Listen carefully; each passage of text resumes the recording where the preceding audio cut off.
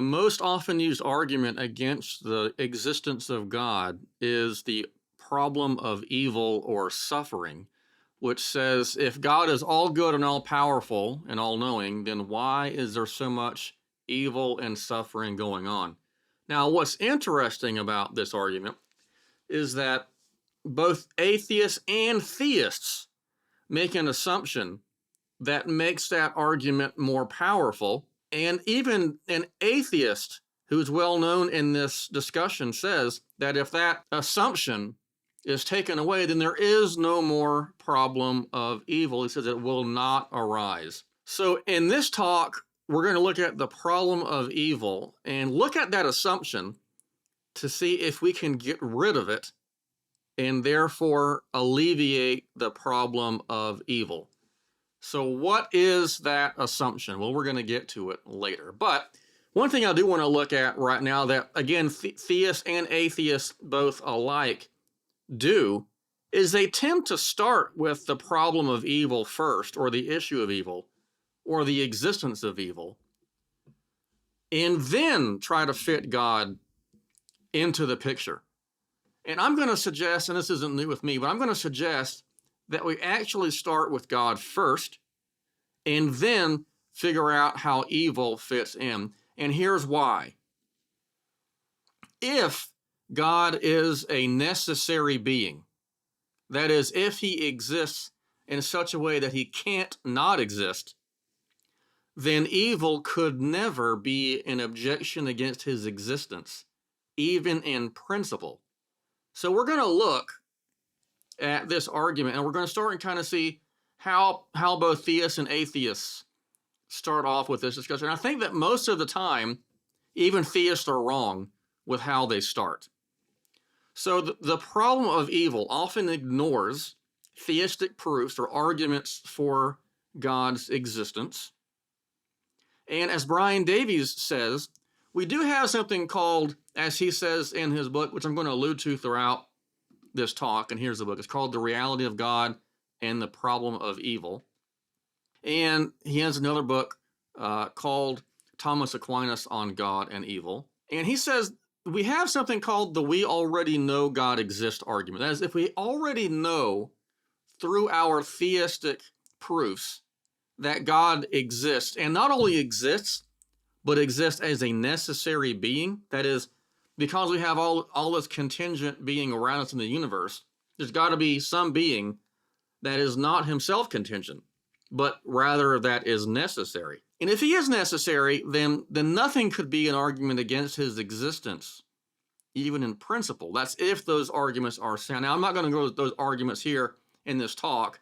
My talk is to see how can theists look at the problem of evil without playing into the hands of the atheists, because I'm going to argue that theists often agree and play along with atheists on this point, and that we're wrong in doing so. So in this talk, we're going to look at two things. One, and primarily the nature of God, and then secondarily the problem of evil, and see how they both relate to each other, and see how we can alleviate this problem by taking this assumption out of the equation, and thereby, as this one atheist who we'll see in a little bit later says, the problem of evil then will not even arise. Now, there are two overarching examples or schools of thought when it comes to God. Now, there are obviously subcategories in these. On the one hand, we've got classical theism, which says that God is simple. That means he doesn't have parts. This has been held to since Irenaeus in the Christian tradition, even before them in the Greek tradition, such as Aristotle and Plato. But the notion that God is not made up of more parts, more reducible type parts, that God is unchangeable or immutable, that God is eternal, that is not temporal, and that he's in no way like us at all.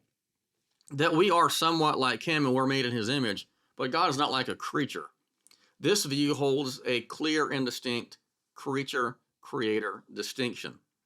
Then there's other views which have been called process theology or theistic personalism, as again Brian Davies calls that view. This view says that God is complex rather than simple, changeable rather than unchangeable, temporal rather than eternal or atemporal, and very much like us. Now, this view can be held by full-blown process theists like Charles Hartshorne, Alfred North Whitehead, a lot of similarities with open theists, and even other theists today who hold that God is just changeable, complex, temporal, and very much like us. So those are the two schools of thought that we have on the table. And I agree with I think Dr. Norman Geisler said this, and I asked him if he said this. He didn't think he did. But I think I heard him at least reference it. And that is, there's only two views of God. God is either pure act, as we see with Aristotle and Thomas Aquinas in that tradition, or God is act and potency. That is, has the potential to change, to be temporal and do all sorts of things. And I'm going to be arguing for the classical view of God in this talk. Now, our language applies to God in one of three ways. And there are subcategories in these views, especially the analogical view. But there are our language can apply to God univocally, equivocally, or analogically. Univocally, that means that we have the one term used for two different things. That term has the same meaning. So if you use the word good for God and man, if you wanted to mean the exact same thing, that would be a univocal view. An equivocal view would be if you use the same word with two separate, different meanings. So, for example, if I say, I'm going to go to the bank to take out money so I can go buy a fishing pole and go fishing on the riverbank, then the two words bank there would be used equivocally, that is, different from each other. Then there's the analogical view, which says that they're somewhat the same in how they're used among different objects. Now, I'm going to be arguing for the analogical view here. Okay, so let's look quickly at the overall nature of God and see how these specific attributes play into or allegedly cause the problem of evil. The problem of evil says that God is all-powerful, all-knowing, and all-good. So what do those terms mean? Well, they either mean, in a univocal way, the exact same thing that we use with creatures. So when I say that John is powerful, John is knowing, or John has knowledge, and John is good, if I mean that univocally with God, that means I mean it in the exact same way. If I mean those terms equivocally, that means that I don't mean them in exactly, I need to mean them in different ways, totally. But if I mean there's something the same between John and God when I say that they have power, knowledge, and goodness, but they're not exactly the same, then they are said to be analogical. Now, we're going to come back to this as we go throughout this discussion here. So what does it mean to say that God is all-powerful? Well, traditionally, we don't mean that his power is like ours, and that I can bench press whatever, and then God can bench press even more. And that's just not what we mean when we say God is powerful. Now, some people today do use the term univocally like that. Some very well-known theologians mean it exactly like that. But historically or classically, the idea that God is all-powerful means that God can do anything that can be done. Anything that can logically be done in principle, God can do, and God cannot do what is not possible in principle. So, can God make a square circle? No, and that's not because God is not all-powerful. It's because a square circle in and of itself is a contradiction from both a logical and a metaphysical point of view. So it's not that God doesn't have power to do that. It's the thing itself just simply cannot be done. But since God is infinite, his power is infinite. So God can do anything that can be done, and his power is infinite, whereas ours is finite. What do we mean by God being all-knowing? He doesn't know the way we do. So, for example, back in 2019, a philosopher named Peter Adderton wrote an op-ed in the New York Times, to which I responded in my blog, which is on my website, brianhuffling.com. I know, very original, right? Or you can go to classicaltheology.com, and it'll take you to that same site. And I have a response to that. What Peter Adderton said was that if God cannot be all good and all knowing, because if God were all good, then he would not know what it would be like to lust. But if he were all knowing, then he would know what it was like to lust. And if he's not all knowing, then he wouldn't know what it's like to lust. So either God is all knowing and not good because he knows what it's like to lust, or he's not all good because he's lusted and knows what it's like to lust. So it can't be both all good and all knowing. So what do you think the problem is with that caricature of God? Well, it assumes, and this is the main thing, it assumes that God is very much like human beings in the way he knows. For example, Adderton thinks that if God knows what it's like to lust, then he has to experience lust in the way that we do.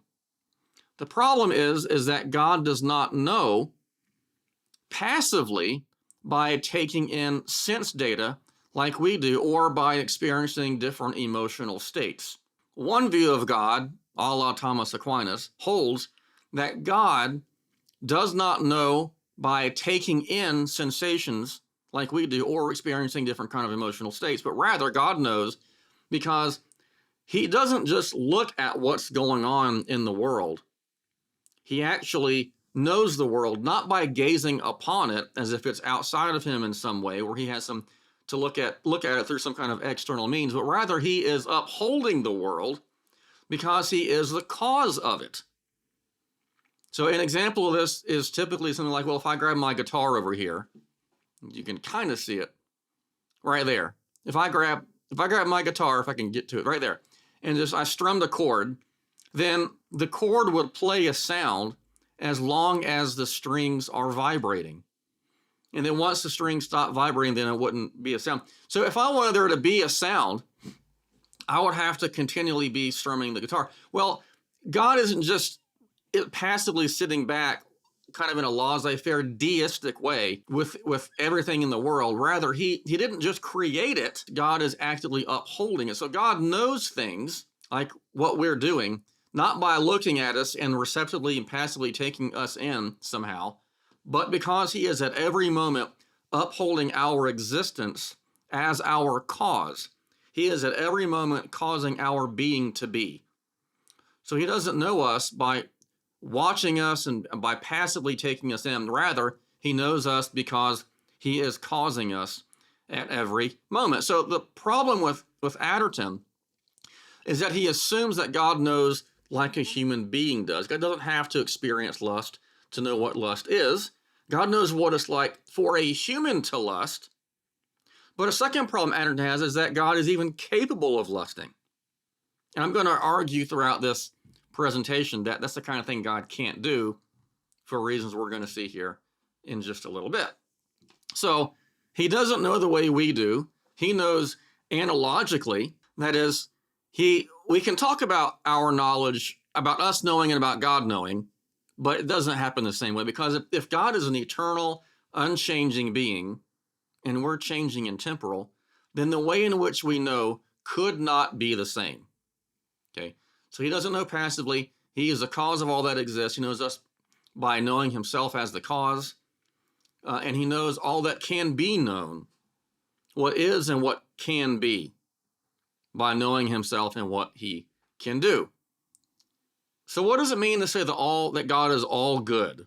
What does it mean to say that God is all good? Well, things can be good in different ways.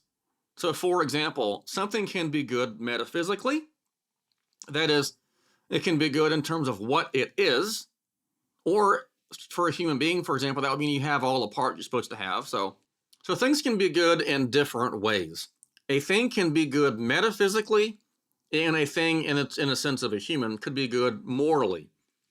Metaphysically, something is good in terms of what it is, and if it is complete in its nature.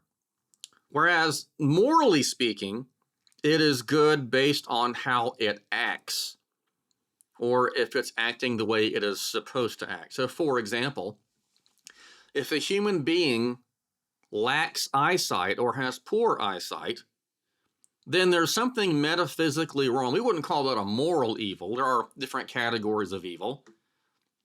We would call that, generally speaking, a physical evil. It's a privation, to use Augustine's terminology, of a good that is supposed to be there but isn't. Morally speaking, a human is good if he's living or behaving properly or doing what he is supposed to do.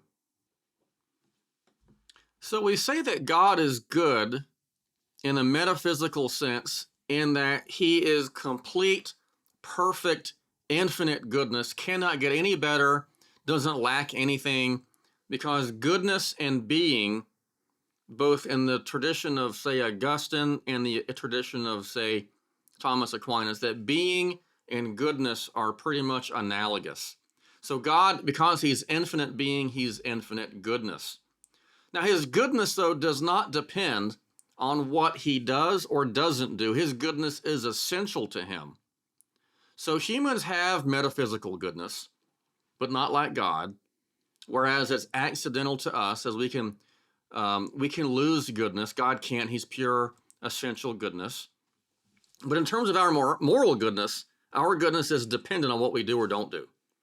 That also is accidental, in that if we behave well, we're said to be morally good. But we don't talk that way about God, even though many evangelical Christians and many Christians in general talk about God being morally good. Okay? So in no way, though, is any of God's goodness dependent on anything that he does or doesn't do. Everything about him is essentially identical to him, and to deny this is to deny a core attribute of God, namely divine aseity. I'm going to come back to that, what God is in terms of moral goodness. That's going to be the linchpin of this discussion. In fact, this is the assumption that I talked about earlier on in the introduction to this talk. The assumption, and this is my main point, the assumption in the problem of evil is that God's goodness is like ours. Is that assumption is that God is good in the way that humans are good. Okay? So how does that play out? Well, briefly speaking, there are two forms of the problem of evil. One is the deductive form, which says that there is no possible way that God and evil can both exist together or coexist. The inductive or evidential form, the deductive form is also called the logical form. The inductive or the evidential form says, given the amount of evil we see, it's probably not the case that God exists. So those are the two forms. Now, what I'm going to be arguing for will apply for both the deductive and the inductive, although I'm going to be giving more of a deductive classical problem of evil, but it will apply to both forms. So what exactly is the problem of evil? Well, simply stated, it's this. God is all-powerful. He's all-knowing. He's all good. Evil exists. Therefore, God does not exist. This will be the deductive form, because the conclusion guarantees, according to the premises, that God cannot exist alongside of evil. Now, here's a famous atheist. His name is John Mackey, and he will say, now, once the problem is fully stated, it is clear that it can be solved.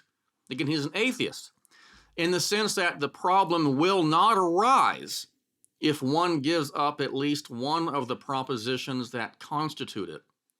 If you are prepared to say that God is not wholly good, or not quite omnipotent, or that evil does not exist, or that good is not opposed to the kind of evil that exists, or that there are limits to what an omnipotent thing can do, then the problem of evil will not arise for you. All right? So that's John Mackey. It's in the book called The Problem of Evil, Oxford Readings in Philosophy. It's also called The Miracle of Theism, and it was written back in, I believe, the 50s or 60s in an article called Evil and Omnipotence. So what he's saying is, if we can give up one of these propositions, then the problem of evil will not arise. So can we give up one of these propositions, namely that God is all-powerful, all-knowing, all-good, or that evil exists? I'm going to suggest, and it looks like we cannot give up any one of those four premises, but I'm going to argue that we do give up one, sort of, and that is that we're giving it up in the sense that he means it, because he means it in a way that I'm going to deny is going to be applied to God, and that is to say that God is all good. Not because I deny God is all good, but rather because Mackey means it, and most people mean it, in the dependent sense that applies to creatures, not to God. So here's the assumption that God is perfectly morally good, but such a good is dependent on what he does. It requires obligations or measuring up to something imposed. And it is also anthropomorphized. Now, I said that there are various ways our language can apply to things and to God, both things in themselves, like I can pick anything off my desk here or in my room here and talk about them with words that I use either univocally, equivocally, or analogically. Let's just take the word good and just apply it to finite things, okay? So I have shown you this book by Brian Davies, The Reality of God and the Problem of Evil. I think it's a good book. In fact, I think the computer that I'm using right now is a good computer. I think my camera is a good camera. I think that the cheeseburger I had for dinner was good. And I've played some golf in my days. I think I've hit a few, not as many as I'd like, good golf shots. My shoes, I think, can be good or are good. Now, when I say the book is good, the cheeseburger is good, the shoes are good, they don't exactly mean the same thing in terms of their goodness, do they? Because for the book to be good, the goodness of a book is different from the goodness of my computer or the goodness of what I had for dinner or the goodness of my shoes or my car or anything you want to talk about. So I'm going to argue that the word good, as it applies to finite things that I can just grab off my desk, anything within arm's reach, is going to be good only analogically, because what I mean here is that it is good in a certain way, but not exactly the same way as another thing. So how is it analogical? Well, to be good means that whatever you're supposed to be, you are. So if a pair of shoes are supposed to be good, they're supposed to be protective, comfortable, and stylish, right? Hopefully the shoes are all those things. So a good pair of shoes would meet all of those criteria, that they would be comfortable and protective and hopefully stylish as well. If they do, then they're a good pair of shoes. So they're what shoes, if they're good, they are what they are supposed to be. A good book, is either in whatever it's supposed to be, whether it be entertaining or informative or whatever. A good meal tastes good and is nourishing. A good computer works properly the way that a computer should. But the goodness of a computer and the goodness of a cheeseburger are very, very different. So if the goodness of finite, limited physical things are so radically different, then how much more is the goodness of, say, this book or my cheeseburger from a human being? I mean, a human being is radically different in terms of his goodness than an inanimate object. How about an angel? Is an angel good? Well, the good angels are good, and the bad ones are evil, right? So, but what does that mean exactly? We don't really know, because we don't really have a complete understanding of the nature of angels. So when I say that a human is good and the archangel is good, then I don't really completely know what the definition or the essence of the archangel is. So I don't have a very good grasp of the meaning of good, or I can apply it in a way that I have some analogical understanding but not a complete understanding. So, but an angel is a finite, limited being. So, if I don't know what the goodness of an angel is in comparison to a person, and in comparison to, say, a book or a cheeseburger or a pair of shoes, then how much more am I not going to be able to use the word goodness univocally to the infinite, unchangeable, eternal creator and sustainer of all being besides himself? My argument is that because we can demonstrate that the term good is analogous even among inanimate physical things, to say nothing of rational human beings, to say nothing of rational angels that have no materiality whatsoever, then how much more is it analogical when it comes to God? Well, that's going to be my argument, is that we cannot say that God is good in the exact same way. That's human. So how can we say that God is good? Well, we say he's good because he is perfect, unlimited being. He is metaphysically good. What would it mean to say that God is morally good? Well, to be morally good means that you're behaving in a way that you're supposed to. But how is God supposed to behave? He has no obligations upon him like we do. We have obligations both from his word that he's given us in special revelation, and we have obligations he's given us through our conscience, that we know what is right and what is wrong, because it is, as Romans 2 says, instilled upon us or written on our hearts. So God is good in some ways and not good in others, not because he's immoral or evil, because that category of morality simply does not apply to him. So the meaning of good is tied to the nature of the thing referred to, or the goodness is tied to the nature of the referent, what we're talking about. The nature of goodness is different for a book than for a cheeseburger, than for a car, than for a human, than for an angel, and ultimately for God. So my argument is that God does not have properties that are unique to creation. And since morality, I argue, is a property of creation, then God does not have moral properties. There's nothing outside of or external to God that is imposing on him. God does not follow rules the way that we do. He just does not have these kinds of properties of creation. Now, I've written on this in my blog, which again is on brianhelfling.com or classicaltheology.com. And I have a couple of academic articles there if you go to my article page. And I've been fortunate enough to be able to interact with a really great philosopher named James Sturba. He's an atheist, and he's written a book called Is a Good God Logically Possible? And in an online journal called Religions, we have a little bit of a back and forth debate on this topic. And you can go read my arguments against his position on my website under articles. And then Sturba has responses to me, and I have another response to him.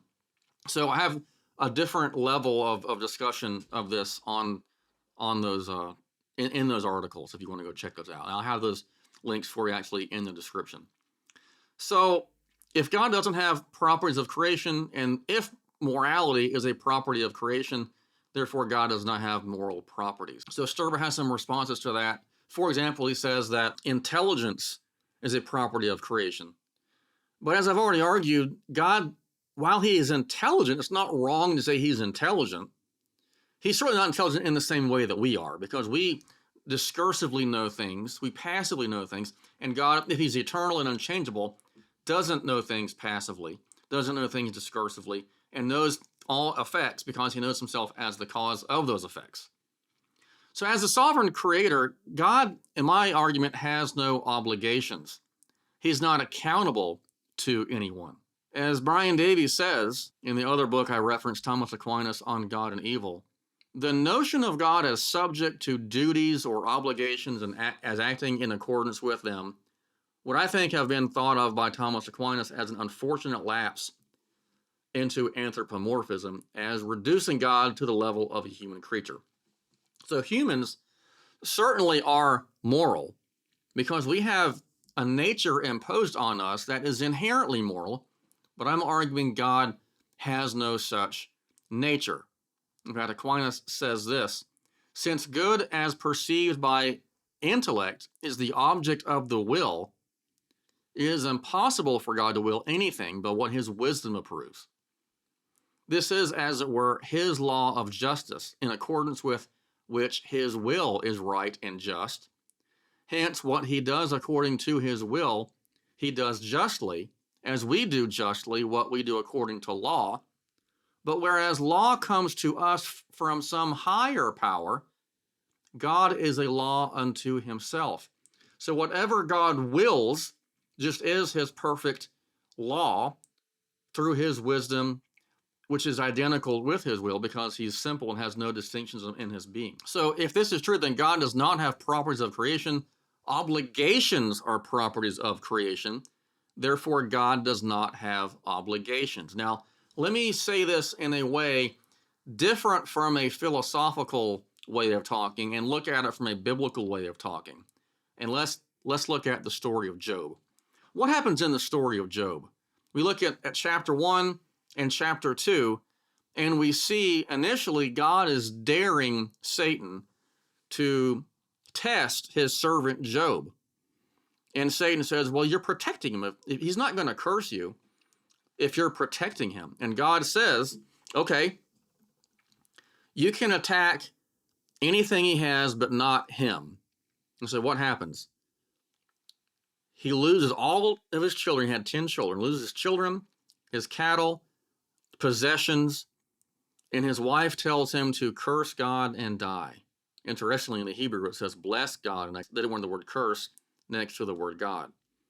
But Job did not curse God.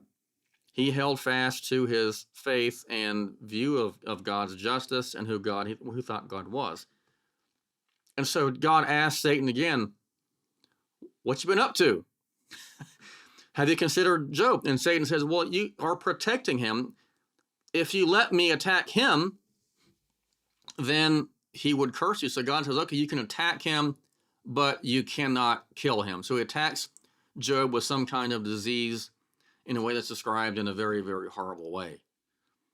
And so Job, though, does not curse God. Then his friends show up, sit there with him for days on end, and just comfort Job. And then from the rest of the book until chapter 38, Job is trying to explain to his friends that he didn't do anything to deserve this, because his friends wanted to know, what did you do, Job? There must be some kind of sin in your life that has brought on this evil and suffering. And ultimately, Job will basically say that God is being unjust and that he wants to bring him before a court.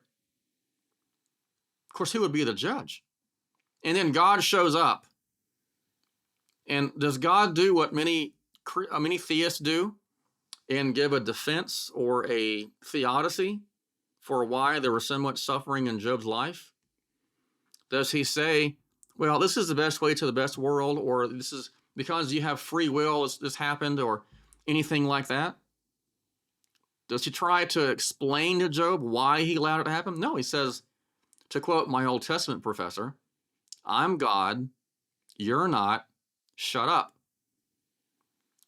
God did not try to explain to Job or reason with him or give a theodicy or a defense.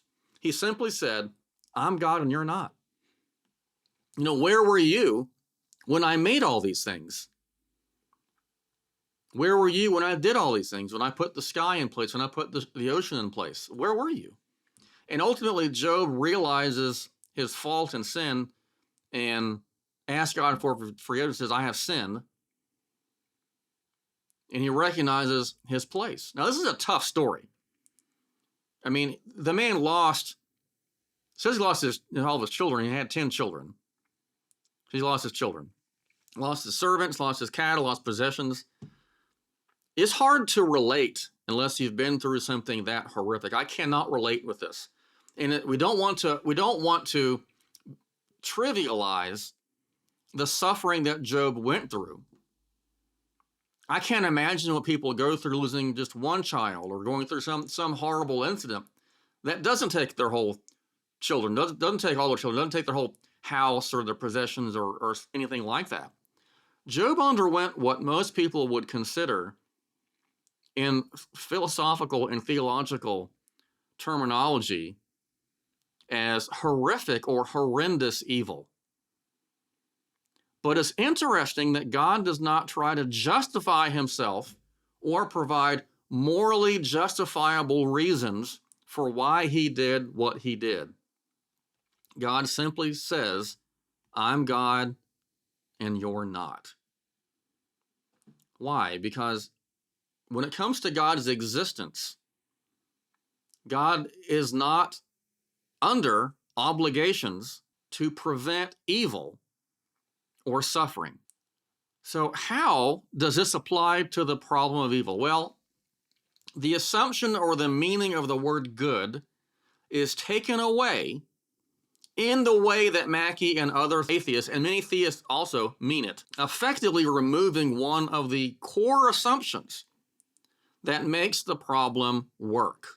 So again, we have taken away premise 3, not in saying God isn't good as such, in an unqualified sense, but in denying that God is good in a specific qualified sense that is unique to his creation. That is, we're denying that God has a goodness that is dependent on anything he does. We're denying that God is good in a moral sense, which is the sense in which most atheists and even theists mean it. But we're maintaining that God is ultimately infinitely good, just not good in a way that would make or allow the problem of evil to even work. So the assumption of that goodness is taken away, effectively removing one of the assumptions that makes it work. The problem is thus deflated. And this is not just some ad hoc way, some creative way to try to simplify or solve the problem of evil, but rather this is a way that we should start with. We should start with God in his own essence and being and say, okay, this is a God that's a necessary being. He's infinite goodness. His goodness doesn't depend on anything. He's nothing outside of himself imposing morality or obligations on him, but his goodness is completely different from ours. So now, doesn't the Bible use the language to show God is good? And I have looked at other objections to this. Again, I'll have links in the description if you want to see those.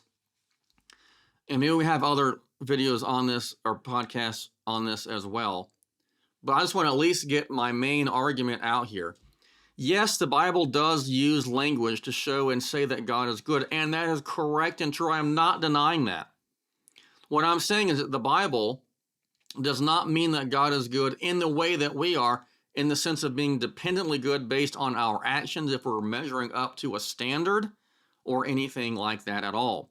The Bible also is very highly figurative and often describes God as physical, as changing, as limited. You know, he smells the sacrifices. He's going to go down to Sodom, Genesis 19.